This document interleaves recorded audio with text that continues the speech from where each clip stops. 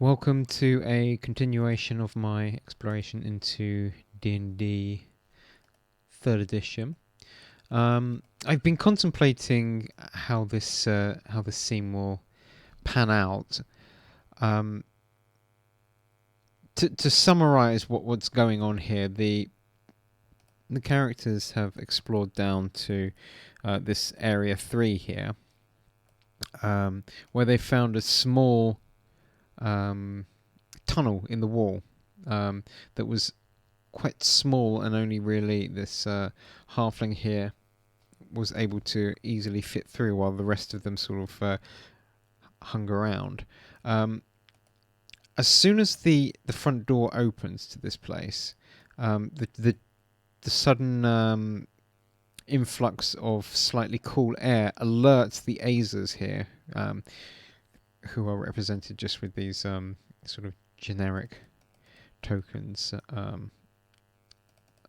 which I will be using henceforth for almost most creatures, save making new tokens all the time, which is a bit of a waste of time. So they will immediately recognize that somebody has entered the place, and at that point they attempt to escape from the from the area.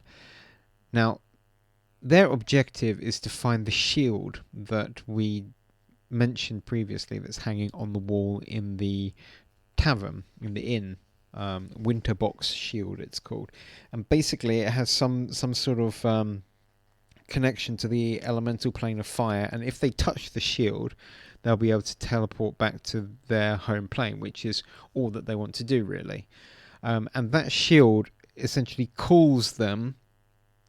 They can always detect where it is. So if by any chance the PCs were carrying the shield, which maybe they would be if I had read fully the sort of game, the bet that is put upon them for the shield, or if they buy it or steal it or something, then they might carry it. If they're holding it, then the Azers will wish to simply touch the shield, and then they will teleport back to the elemental plane of fire.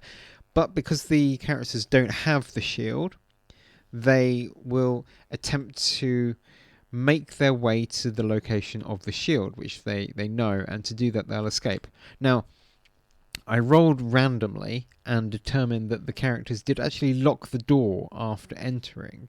So what that means is that the Azers go to investigate the door. They will find it locked, and then they will go back to their room number 4 to plot an ambush. The room is full of a bunch of sort of metal trees that they've constructed over the years, and they use these trees to hide and have cover and everything. So what I'm considering here is how long these things have taken to occur. So there's two things really: how long has it taken, and a discussion about sight. So the Azers, of course, would have waited for the PCs to actually go into room 3 before they would try and escape, which means that they would be hiding in this sort of area over here for the path to be clear. Now, these staircases lead downwards, I believe. If we just read the description of room number 2, the stairs to the left and right descend into darkness, while the one directly across leads upwards.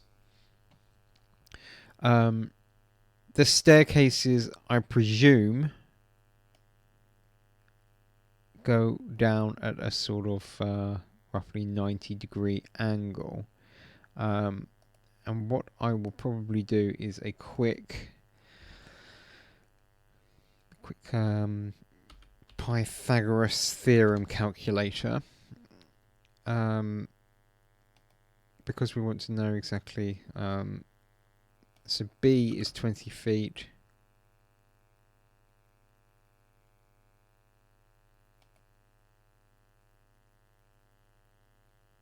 I guess A is 20 feet as well. We want to know what C is.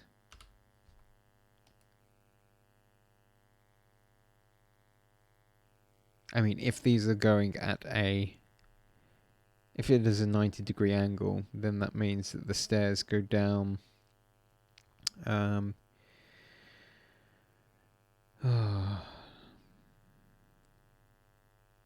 getting confused here. Math was never my strong point at all. I'm quite useless at it.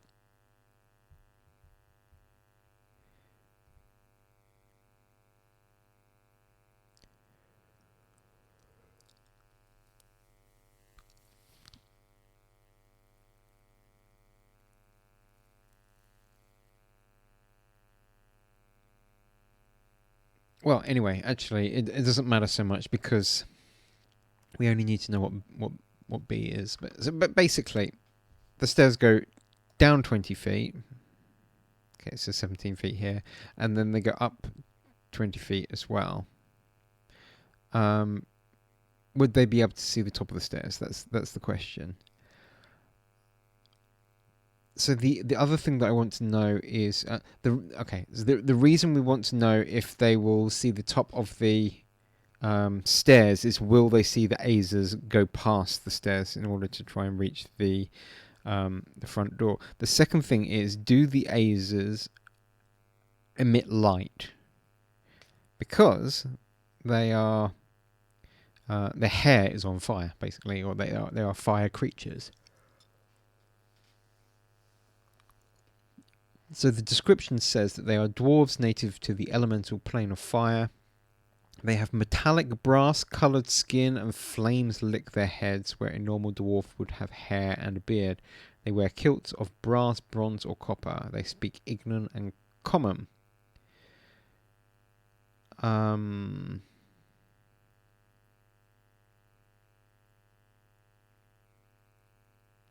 It doesn't say here, especially if they emit light. But let's look that up. Do Azers emit light?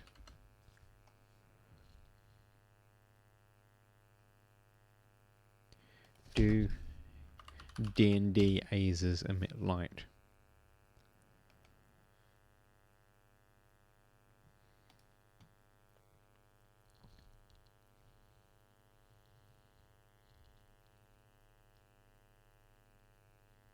No idea. I mean, I guess so. Oh, they shed bright light. In 5th edition rules, they shed bright light in a 10-foot radius and dim light for an additional 10 foot. So, I mean, it makes sense that they would emit some light. So, the ultimate question of all of this is, are they going to be seen going this way? How many rounds is it going to take? It's like 130 feet there. So let's say it's 150 feet. They move at a speed of 30 feet, but we'll say that they're only moving half speed because they're trying to be quiet. So it's 15 feet. It means it's going to be 10 turns. So it takes them 1 minute to walk there, 1 minute to walk back. After discovering it's unlocked, and we'll add another minute. So we'll say that's 3 minutes. Would these guys have been waiting here for 3 minutes? Maybe, probably. So I guess what we're going to do is a spot and listen check to see whether any of our characters will detect the Azers sneaking past. The Azers have a height of -1. They don't seem to have any move silently. Their dexterity is +1. And they tend to have large shields as well, which I think is a -2 penalty, so that does make -1. So I guess we'll roll for all of them. There's 5 of them in total, and we'll take the lowest result. A 6, 15, 15, 23. So that's 2 is the lowest result that we've got. Then what we can do is go to my spreadsheet for determining listen checks, which I will probably show you at some point. I wish there was a more sort of easy way to work out listening to things, but you know. So we're saying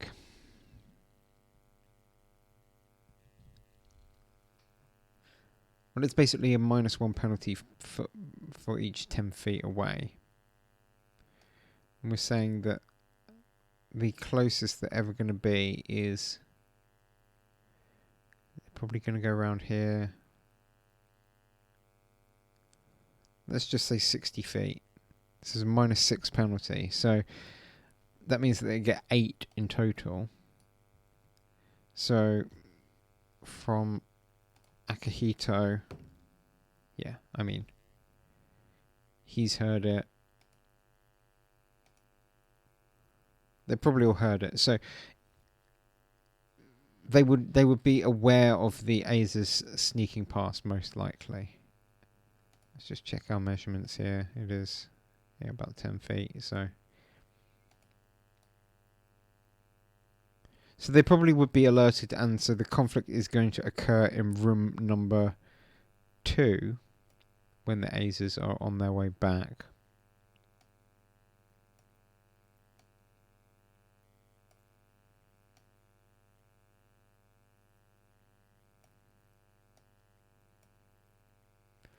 Let's see who's most likely to be at the front. Gothram, he's got 17. Mirok, he gets 19. Rinyan, not so good. About it. So probably we're going to be going something like this. And Fenton up here is still sort of looking into that room. Now, of course, the big trouble here is that each of these Azers is challenge rating 2.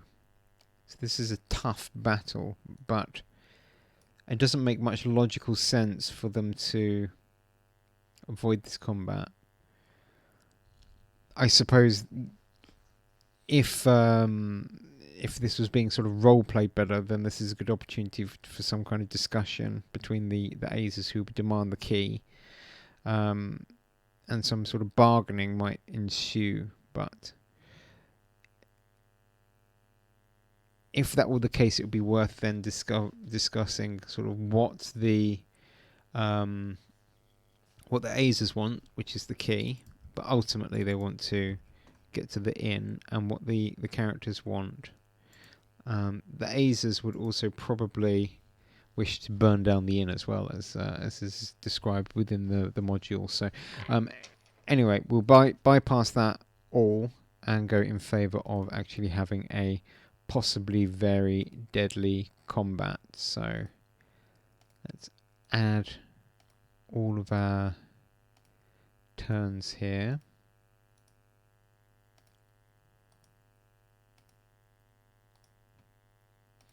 So the Azers have an initiative of 1. They roll a 16, so they're on 17.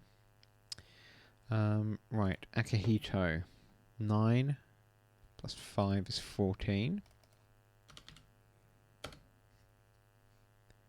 Fenton, 17 plus 1 is 18. Maybe we need to name these chaps as well.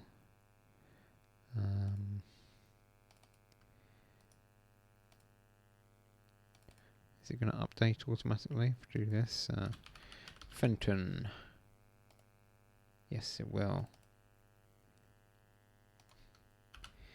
Mirok.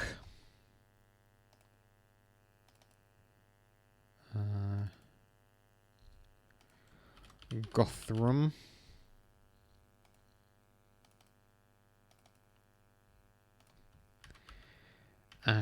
Akahito.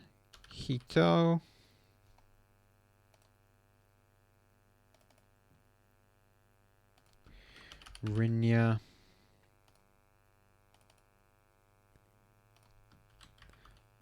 Valdis. Right, so done Akahito, done Fenton Gothram. He gets a 16 plus 2 is 18.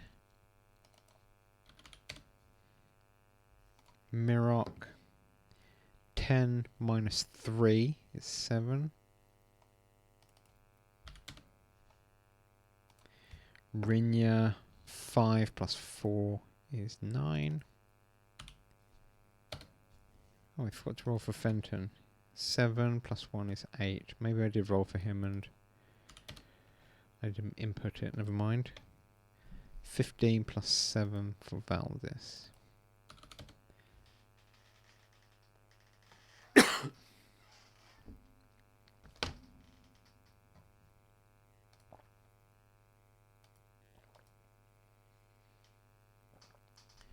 So in this situation, Valdis might be aware, but he's probably not able to see that Azers. Gothram is going to be the first to go.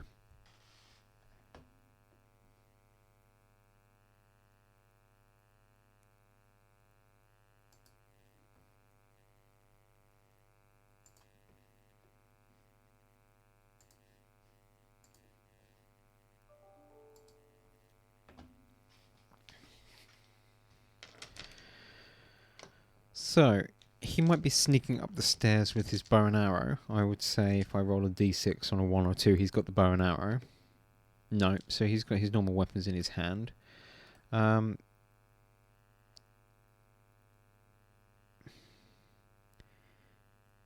mean, I don't know if he can quite get a charge in. But I'll say for the sake of argument that he can, because we're not going too close to the grid with this game. So he's only going to get 1 attack with his Masterwork Battle Axe. It's a plus 6, but he gets a plus 2 bonus for charging. The Azers have an armor class of 19, but they lose their dex bonus. So that's 18. So it's a hit from Gothram. And he deals 1d8 plus 3 damage. So he rolled a 3, so that's 6 damage against this chap here.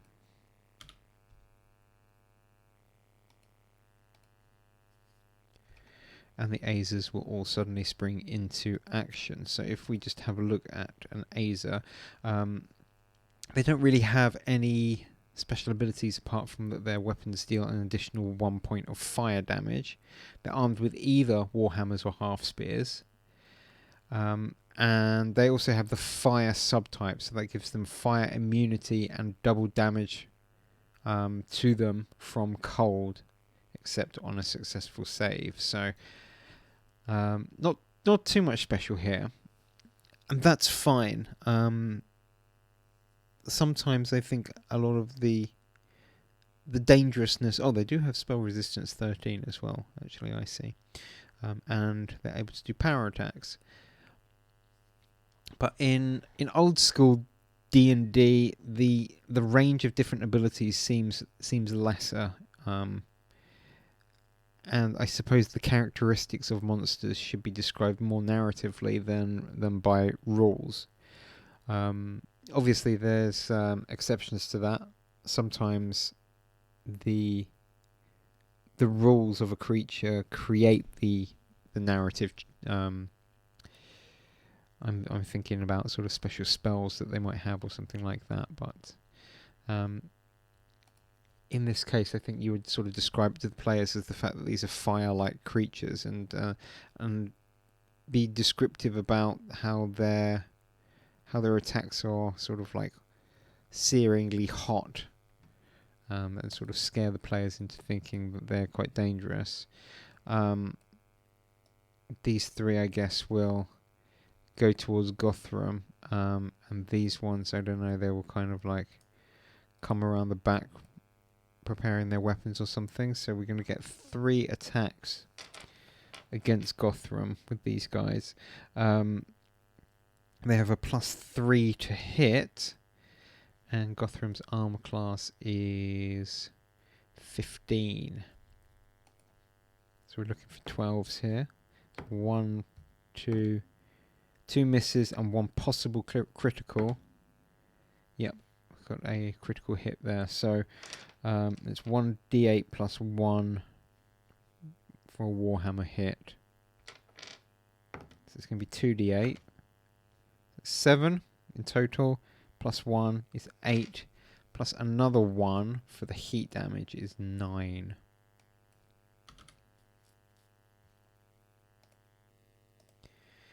Akihito will, I guess, sprint up the stairs. He can quite easily make it to this one and do an attack here. But he fails miserably, as expected, because he is very useless. Rinya will walk up the stairs with his bow, and he'll take a look over in this direction and see. Well, first of all, I don't know if there is much light here, because the light is emitting from only him and who else cast light? I think maybe it was this guy. So yeah, so I think there's enough light to see by anyway. Why don't I put some little yellow things to denote light? But he's able to make a shot at one of these with his longbow. He rolls a 19. So there's going to be 24 in total. It's certainly going to be a hit. And 1d8 damage against this chap here. He rolls a 3.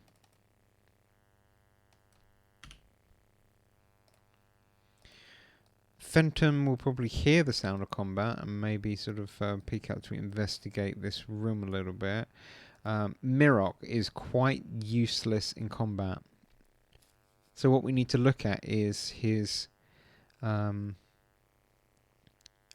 spells, basically. Bless will be quite good. Sanctuary is something that I'm considering because he's going to basically wander around trying to heal people and be protected from attacks. We need to see how long Sanctuary actually lasts in that case, though. Whether it's rounds or minutes, sort of an affair. Where are we? Sanctuary. So it's 1 round per level, so he's only going to get it for 2 rounds, so it's not very good. But any opponent attempting to strike or otherwise directly attack the warded creature, even with a targeted spell, must attempt a will save. If the save succeeds, the opponent can attack normally and is unaffected by that casting of the spell. You know, I think that there was something that slightly fooled me with the Sanctuary spell, and that was in Baldur's Gate. It seemed like it was unbypassable, as far as I can remember, giving me the impression that it just makes you immune to being attacked. But even in these rules, it describes that a will save can negate it. So he's not going to bother with that. Entropic Shield is good against ranged attacks, I believe. So I'm probably not going to go with that at the moment. But I'm still going to look it up to have a look at what it does exactly. Entropic Shield. A magical field appears around you, glowing with a chaotic blast of multicolored hues. This field deflects incoming arrows, rays, and other ranged attacks. Each ranged attack directed at you suffers a 20% mischance. So that's quite nice.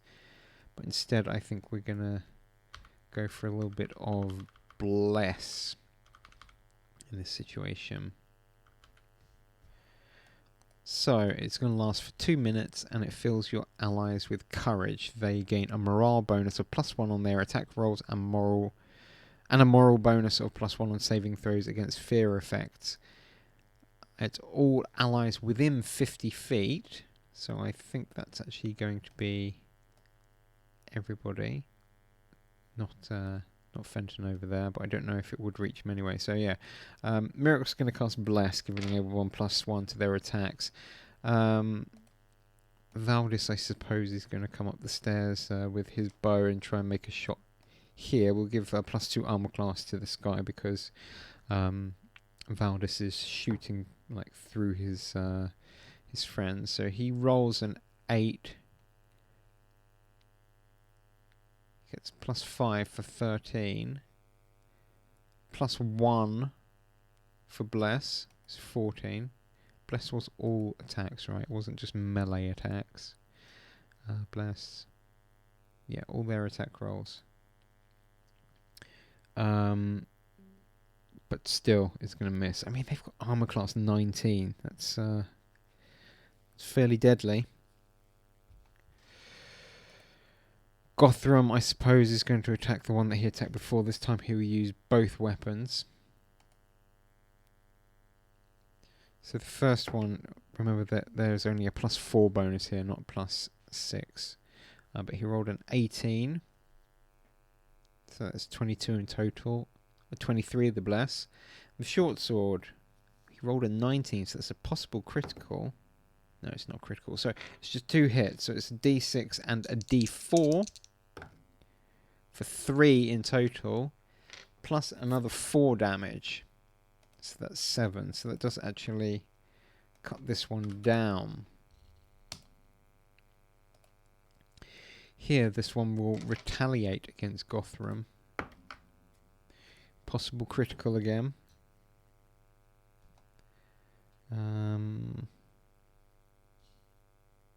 No, it doesn't score a critical, so it's just a normal 1d8. So you rolled a 5 plus 1 for strength. That's 9. And then 10 because he does an extra point of fire damage. And this one is going to turn his attention to Akihito. But he only rolls a 6, which even Akihito can dodge. He, in return, is going to do a single arm strike, seeing as they got a high armor class. And he misses, being as useless as he is. Rinya can step forward a little bit and make another attack at this one with his longbow. He rolls an 11. He gets +5 for 16. He gets another +1 for Bless for 17.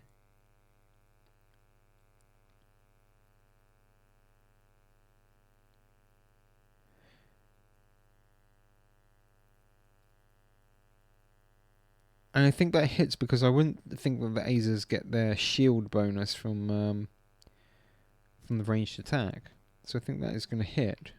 Just about. It's only 2 points of damage, but it is better than nothing.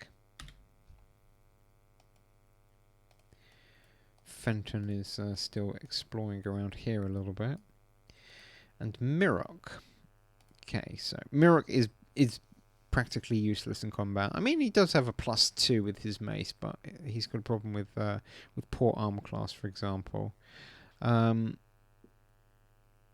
He's cast his Bless spell. I mean, what is he good for, really? I suppose he should wade in with his mace, perhaps.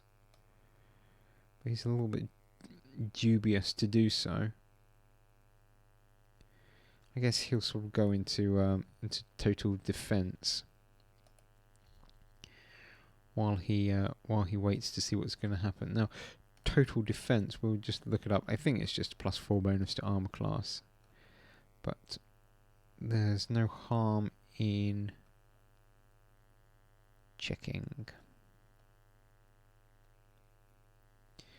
You can simply defend yourself and move during a round as a standard action. You don't attack or perform any other activity other than moving your speed, but you get a +4 dodge bonus to your armor class for 1 round. Fine. So that puts him up to 18. Valdis might be able to get a slightly better shot now, so he'll maybe shoot at this other one instead. He rolls a 14. He gets a +5 bonus, so that should hit. And he's going to do d6 damage. A 1. A 1 is better than nothing. Gothram will well, he's gonna attack this guy and then probably try and take a step back because he's in a fairly poor situation. But he'll attack with both weapons. But on this occasion, neither of them hits. He'll take a 5-foot step backwards, but he can still get attacked, which will occur. But luckily, his opponent misses. But Akihito's opponent almost scored a critical, but not quite. So he's just going to do maximum damage, 10 points of damage to Akihito. Luckily, that's not a killing blow at this level. 2 shots from these guys. I don't know if I got them to actually shoot last time. Never mind. This one at Mirok and this one at Rinya. They're using short bows. At Mirok, we get a 12, and at Rinya, we get a 12 as well, so both of those miss. Akihito is going to attack the one in front of him. This time he rolls a 19. So he's going to deal 1d6 plus 1 damage. Does he burn his hands? That's the question. I'm going to say no for this example, but it's something to consider. Whether that sort of thing would be bad against the open hand attacks. Rinya again going to shoot over at this chap over here. No spells yet, but he'll consider casting some soon. Depends how long the combat drags on for. He only gets 11 to hit, unfortunately. Fenton, we'll ignore what he's doing at the moment. We'll come back to him later. Mirok.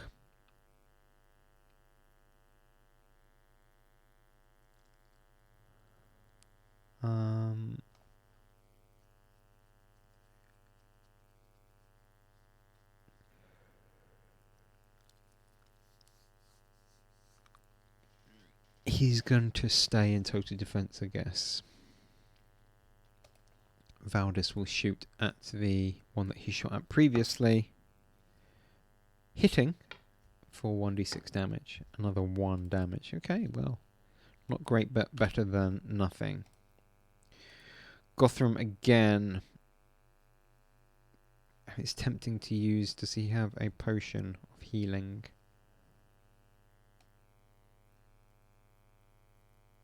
No. Alright, well, he'll do his 2 attacks again anyway. First one hits. Second one hits. So it's 1d8 plus 1d6. 4 plus another 4. So that's 8 damage here.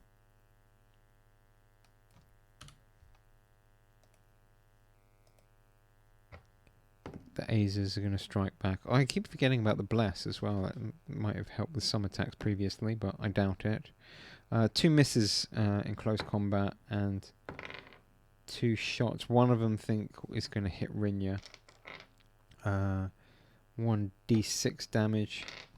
6 points of damage to Rinya as an arrow skewers him. Akihito is going to try and beat on the one in front of him. He rolls a 17, so that should be a hit actually for 1d6 plus 1 damage. So 6 points of damage. Almost felled the Azur in front of him. Rinya's going to shoot his bow again, but for a miss. And Mirok, he's still in defense, but he's considering going to attack these two. Valdis makes a shot and misses. Gothram will try and finish off his one. He's just going to use his... No, he'll use both. 12 plus 4, 16, plus 1 is 17 against an armor class 19. Good lord. So both attacks miss. The Azers Well, this one rolled a 13. He gets a +3 bonus for 16 against Akihito, whose armor class is only 14. So that is going to hit. So 1d8, 6 plus 2 damage. So that's going to knock down Akihito yet again. He'll need to try and save. Let's try and roll a 0 here. Do you want to roll a 0 or roll a 1? Because I just rolled a 1. I said roll a 0, didn't I? That's what we're going to do from henceforth. He's on -4.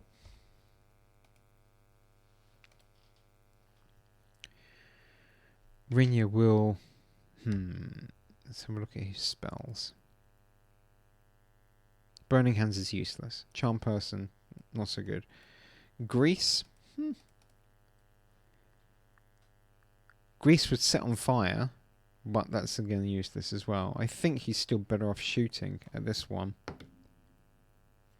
He misses. Mirok is going to come over here and do a cure spell. He's going to trade Remove Disease for Cure Light Wounds on Akihito.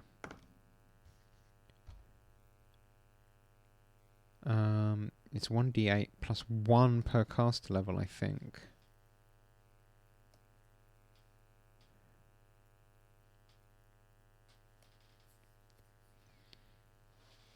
(1d8 plus 1 point per caster level), so it's 1d8 plus 2. So it's going to be 6 hit points cured for Akihito. That puts him on 2, wakes him up. Valdis will try and do another shot. He rolls an 11. And it's going to be +6 in total. So not quite enough. Gothram's almost down, but he'll try and do 2 attacks against the one in front of him. Both miss, unfortunately. And now we'll see. Well, this one completely misses. This one here, he's going against a prone character in the shape of Akihito. I think he's going to hit.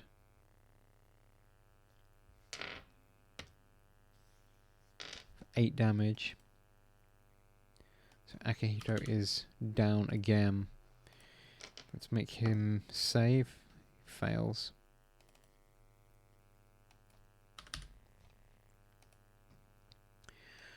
I think Rinya is going to try and take a shot at this guy over here, seeing as how dangerous he is. He misses.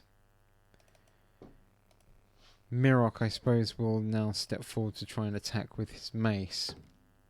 He rolls an 18. He gets +2 to the attack, so that is going to hit. He's done 3 damage. It's great, that one's down. We'll give him his -2, I suppose. Valdis will try another shot. Missing. Right, Gothram, come on. 1 miss. Second is going to be a miss, I think. It's 11, +4 for 15, +1, 16. Yep, so the Azers. He's going to hit. Gothram looks like he might be down as well for 8 damage. Akihito's trying to save again. He's on -8.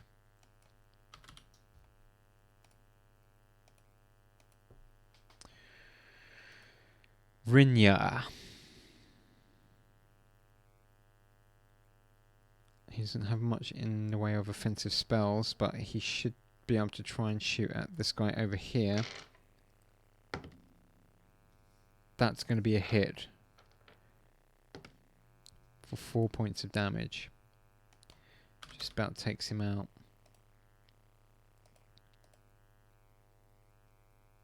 Mirok's going to try and start stabilizing Akihito with a heal check. He rolls a 14. So that's going to stabilize. Valdis He'll try another bow shot and miss. Gothram needs to save. He's lost another hit point. And these Azers will flee.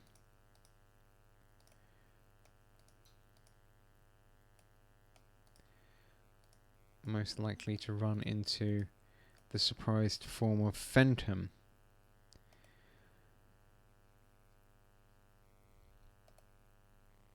That's all I'm going to have time for today, unfortunately. We're left wondering whether... Well, we'll just do the heal check for Mirok against... yeah, so we're going to stabilise with Gothram here. And Fenton is probably going to have to try and run away from his pursuance when they discover him in the room. That's all for now. Thanks very much.